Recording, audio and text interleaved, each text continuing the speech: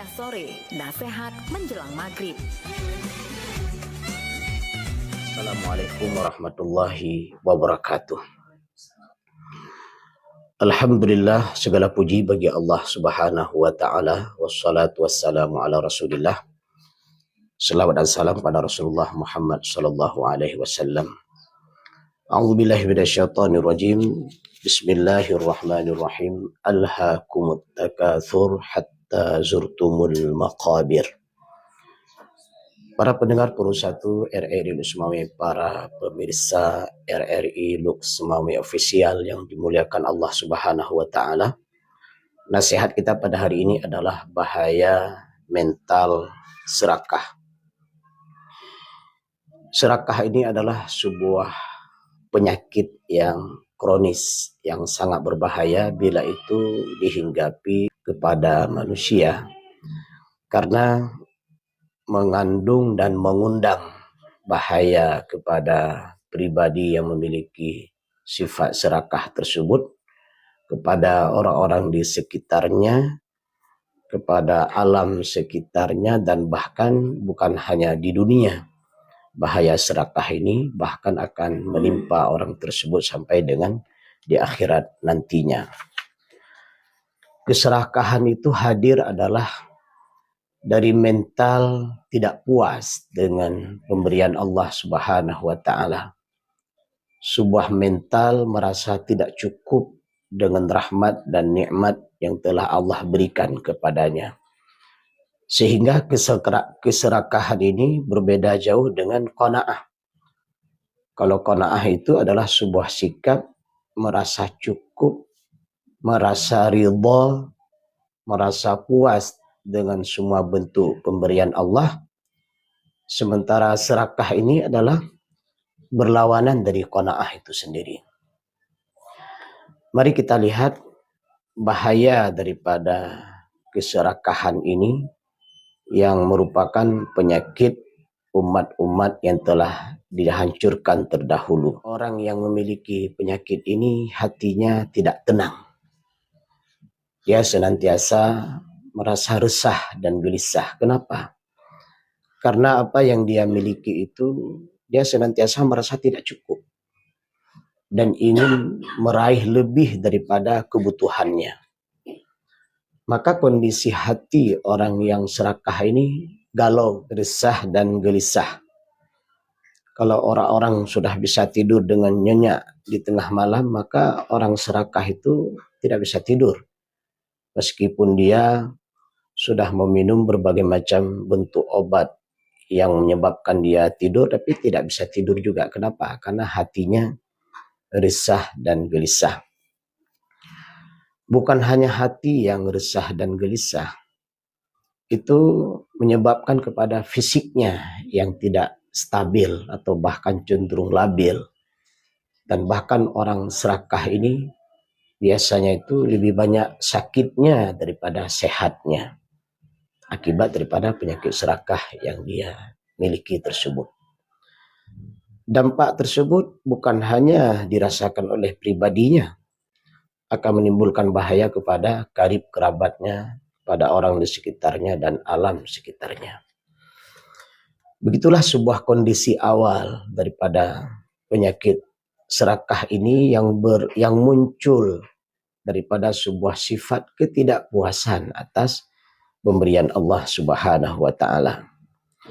Mari kita lihat kondisi serakah ini apabila dia memiliki banyak harta. Maka harta yang dia miliki tersebut itu terasa sangat kurang, masih kurang. Orang yang serakah itu tidak melihat harta itu sebagai amanah yang harus dia berikan kepada orang-orang yang berhak menerima. Tetapi orang-orang yang serakah itu dengan harta yang telah dia miliki tersebut, dia ingin memiliki lebih dari itu. Sehingga orang-orang serakah ini dalam masalah harta ini dia akan menghalalkan segala cara. Bagaimana harta orang juga bisa menjadi harta dia. Sehingga dalam istilah kita disebut dengan korupsi dan sejenisnya. Nah, maka orang-orang yang memiliki penyakit serakah ini ketika dia semakin banyak harta yang dia miliki, maka dia semakin timbul rasa takut akan kehilangan harta tersebut. Nah, ini sangat meresahkan. Yang kita tahu bahwa harta itu adalah merupakan titipan dari Allah Subhanahu wa taala yang harus kita belanjakan kepada yang hak, yang benar, baik itu kepada dirinya, kepada keluarganya, kepada masyarakat, bangsa, agama, dan negara. Tapi orang yang memiliki penyakit serakah ini semakin takut akan kehilangan hartanya.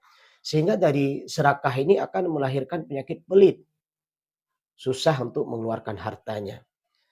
Saking beratnya penyakit pelit yang dia miliki tersebut, jangankan memberikan kepada keluarganya, kepada orang lain, dan seterusnya. Terkadang ketika penyakit pelit ini sudah sangat kronisnya, untuk diri sendiri terkadang dia sulit untuk memberikan. Coba lihat, penyakit serakah ini menghadirkan dan menimbulkan penyakit pelit sehingga membuat pribadinya menderita. Bahkan dia rela tidak makan, tidak minum, tidak menikmati berbagai macam bentuk kenikmatan yang telah Allah berikan kepadanya. Dan bukan hanya itu, semakin dia bertambah kaya, maka semakin rakus. Maka benarlah apa yang disebutkan dalam sebuah hadis Rasulullah, atau kamakal, seandainya manusia ini diberikan 2 lembah gunung emas, maka dia akan meminta lembah gunung emas yang ketiga.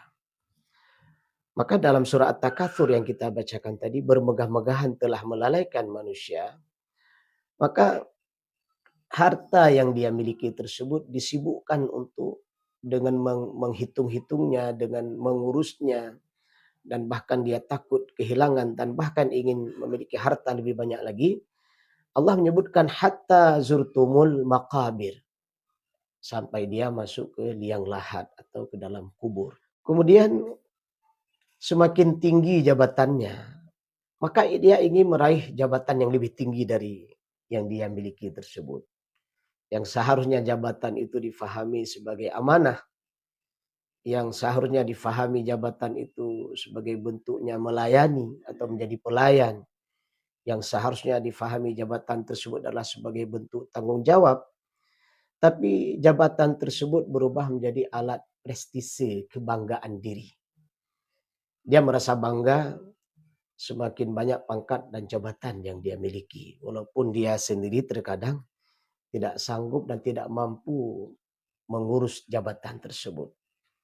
Dan bahkan bukan hanya untuk berbangga diri dengan jabatan tersebut, itu menjadi sebuah sarana semakin lebih berkuasa. Maka pada materi sebelumnya yang pernah kita sampaikan bahwa kezaliman itu seringkali muncul karena ada kekuasaan. Maka seiring perjalanan waktu, kalau kita lihat sejarah, mulai daripada kisah Fir'aun, kisah Qarun, kisah Namrus, Raja Namrus, dan berbagai macam bentuk kisah-kisah orang-orang zalim, orang-orang yang penuh dengan kejahatan terdahulu, itu biasanya beriring dengan adanya kekuasaan. Dan ini sangat berbahaya. Ketika orang-orang yang memiliki kekuasaan itu serakah, maka ia akan menjadi tumbalnya adalah rakyat. Maka ini sangat kita sedihkan.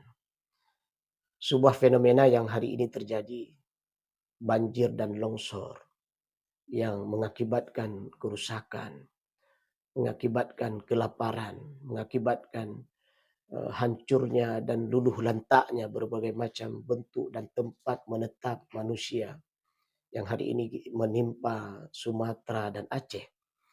Nah, ini adalah juga simbol daripada bentuk kekuasaan yang serakah, yang kita fahami yang seharusnya hutan itu dilindungi, dijaga, dirawat. Tapi ternyata terjadi penebangan liar, ya, pembukaan lahan yang dipenuhi dengan sifat dan serakah, mengambil sumber daya alam tanpa memikirkan tentang dampak lingkungannya. Nah, ini sekali lagi adalah siapa pelakunya? Kebiasaannya itu adalah mereka yang punya kekuasaan. Bahkan di medsos kita melihat terkadang ada masyarakat yang menghalang agar mereka itu tidak mengeruk hasil buminya sembarangan, agar mereka itu tidak menebang pohon sembarangan dan berbagai macam bentuk yang dilakukan penghadangan dan penghalangan oleh masyarakat. Tapi karena masyarakat ini lemah, tidak punya senjata, tidak punya kekuasaan, dia hanya dengan mengandalkan fisiknya saja. Maka yang terjadi adalah mereka-mereka yang berkuasa, yang serakah tersebut tetap melakukan berbagai macam kezaliman dan kejahatan yang dampaknya hari ini kita rasakan. Maka kita berdoa kepada Allah Subhanahu wa taala agar ke depan lahirnya penguasa-penguasa yang soleh, penguasa-penguasa yang baik, di mana dengan kekuasaannya itu, dengan kekuatannya itu bisa menjaga alam, merawat alam. Kita cemburu dengan negara-negara lain. Banyak sekali negara-negara yang telah memberikan contoh kepada kita. Bagaimana mereka merawat hutan, bagaimana mereka menjaga sungai, bagaimana mereka mengambil sumber daya alam tapi tetap menjaga dampak lingkungan dan kehidupan masyarakat. Nah ini bagaimana dalam sebuah hadis Rasulullah menyebutkan, kalau Anda melihat itu ada di negeri kafir, maka Rasulullah mengatakan, ambillah itu karena itu punya Islam yang hilang. Masya Allah. Lihat kembali hadis ini. Jadi seandainya ada kebaikannya itu kita lihat pada negeri-negeri kafir. Bukan orang muslim, bukan orang mukmin. Rasulullah mengatakan, ambillah itu. Karena itu punya Islam yang hilang. Maka hari ini ketika ada orang-orang muslim yang mengaku muslim, mereka berkuasa. Tapi perilakunya sama seperti iblis dan syaitan. Nah ini yang salah siapa? Bukan Islamnya yang salah. Tapi yang salah adalah orangnya yang tidak paham Islam. Mereka yang tidak menjalani Islam dengan baik dan benar. Kemudian selanjutnya bahaya daripada penyakit serakah ini ketika dia memiliki jabatan adalah maka dengan jabatan tersebut, dengan pangkat tersebut menjadi sarana kesombongan bagi dia. Orang sombong itu ciri khasnya dua. Pertama batarul haqqi, menolak kebenaran. Dan yang kedua adalah waghamtun nas. Nah ini orang sombong yang sudah diperankan oleh iblis sebelumnya. Ketika Allah menyuruh kepada iblis sujud kepada Adam, dalam arti sujud penghormatan, maka iblis menolak. Tidak mau menerima kebenaran dari Allah. Maka sampai akhir ini, di akhir zaman itu masih ada pengikut-pengikut iblis ini. Yang tidak suka kepada kebenaran. Ketika ada orang ditegur untuk melakukan kebenaran, justru dia tidak suka. Apalagi mereka-mereka yang diberikan pangkat dan jabatan, apabila melakukan kesalahan ditegur oleh rakyatnya. Dan mereka tidak suka ditegur. Justru menindas rakyat. Nah ini adalah bagian daripada turunan sifat dan sikap iblis yang telah memerankan kesombongan. Bagaimana seandainya kekuasaan yang dimiliki oleh orang yang serakah ini semakin besar? Maka dia ingin absolut. Agar menjadi kekuasaan yang tidak pernah hilang dalam dirinya. Tidak mau dibatasi oleh hukum, menolak kritik, memaksakan kehendak, menghalalkan berbagai macam cara dan kezaliman. Maka sebagaimana kita sampaikan di awal mukadimah tadi, bahwa dampak serakah itu bukan hanya kepada hati pribadi seseorang. Dan bahkan dia bisa berdampak sosial. Hilangnya amanah. Kemudian munculnya kezaliman, kemudian hancurnya keadilan. Padahal kita tahu sebuah negeri yang hebat itu adalah negeri yang penuh dengan kedamaian dan keadilan. Maka pertanyaan selanjutnya adalah apa obat daripada penyakit serakah ini? Yang pertama adalah menghadirkan sifat dan sikap qanaah dalam diri kita. Qanaah itu merasa puas, merasa ridha apa yang telah Allah berikan kepada kita. Yang kedua adalah memperkuat iman kepada qada dan qadar Allah. Yakinlah semua apa yang telah Allah tentukan kepada kita itu adalah yang terbaik. Setelah kita bekerja dengan profesional, berusaha dengan maksimal, maka berapapun gaji, berapapun upah yang kita terima, itulah yang terbaik bagi kita. Hari ini Allah telah memberikan jabatan kepada kita. Sekecil apapun jabatan, itulah yang terbaik kepada kita yang telah diberikan oleh Allah Subhanahu wa taala. Hari ini kita memiliki pasangan hidup. Yakin dan percayalah, itulah pasangan hidup yang terbaik yang Allah berikan, yang Allah titipkan kepada kita. Kita memiliki keturunan, memiliki anak-anak yang soleh dan solehah. Itulah yang terbaik yang telah Allah berikan kepada kita. Maka obat selanjutnya daripada penyakit serakah ini adalah memperbanyak rasa syukur dan bersedekah. Ketika kita mensyukuri semua rahmat dan nikmat Allah, maka disitulah letak kebahagiaan. Dalam sebuah hadis Aukamakal, Rasul menyebutkan bahwa kekayaan yang hakiki itu adalah bukan pada kekayaan harta. Tapi kekayaan yang hakiki itu adalah ada pada kekayaan hati.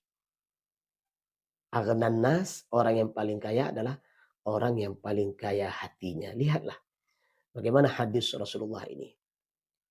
Orang yang paling kaya itu yang kaya hati. Kita merasa puas dengan fisik yang kita miliki. Kita merasa puas dengan kesehatan yang Allah berikan. Kita merasa puas dengan kedudukan yang Allah titipkan, keluarga, dan semua yang telah Allah titipkan. Itu kita merasa ridho dan puas atas pemberian Allah. Maka itulah rasa syukur dalam diri kita. Kemudian berinfak dan bersedekah. Senang memberi. Orang-orang yang senang memberi, berinfak dan bersedekah, maka insya Allah itu akan mengobati penyakit serakah dalam dirinya. Karena sesungguhnya dalam memberi itu ada kebahagiaan. Kenapa dalam memberi itu ada kebahagiaan? Karena di saat orang yang kita berikan tersebut, di saat orang yang kita bantu tersebut tersenyum, maka kita pun akan ikut tersenyum. Ketika ada karib kerabat kita, kita bantu kesusahan mereka. Mereka bahagia, maka kita pun akan bahagia. Jadi pada dasarnya, apa yang kita berikan, itulah yang kekal di akhirat nantinya. Sementara apa yang kita punya, itu akan usang. Baju yang kita pakai akan usang. Harta yang kita miliki akan habis. Bahkan fisik yang kita miliki tersebut semakin bertambah usia kita. Kita semakin lemah. Maka apa yang kita infakkan di jalan Allah, itulah yang akan menjadi kebaikan kita di dunia dan insya Allah di akhirat nantinya.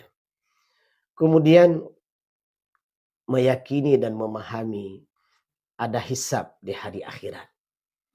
Maka kita merasa bahagia saat nanti Allah bertanya kepada kita tentang umur yang telah diberikan. Dan kita bisa menjawab dengan tenang dan senangnya kita. Umur telah dihabiskan untuk mencari ridha Allah. Kita bahagia saat nanti ketika ditanya ilmu yang telah kita dapatkan dan kita bisa menjawab telah digunakan untuk hal-hal yang bermanfaat.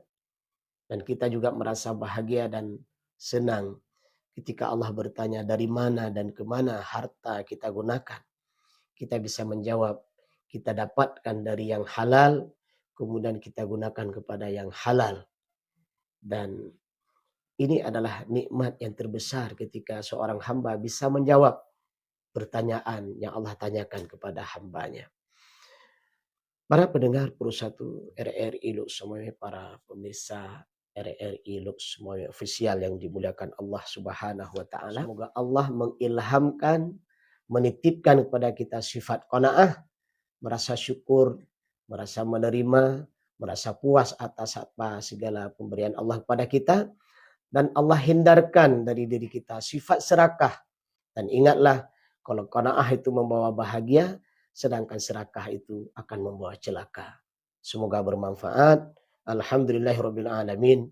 Subhanakallahumma wa bihamdik asyhadu an la ilaha illa anta astaghfiruka wa atubu ilaika. Assalamualaikum warahmatullahi wabarakatuh.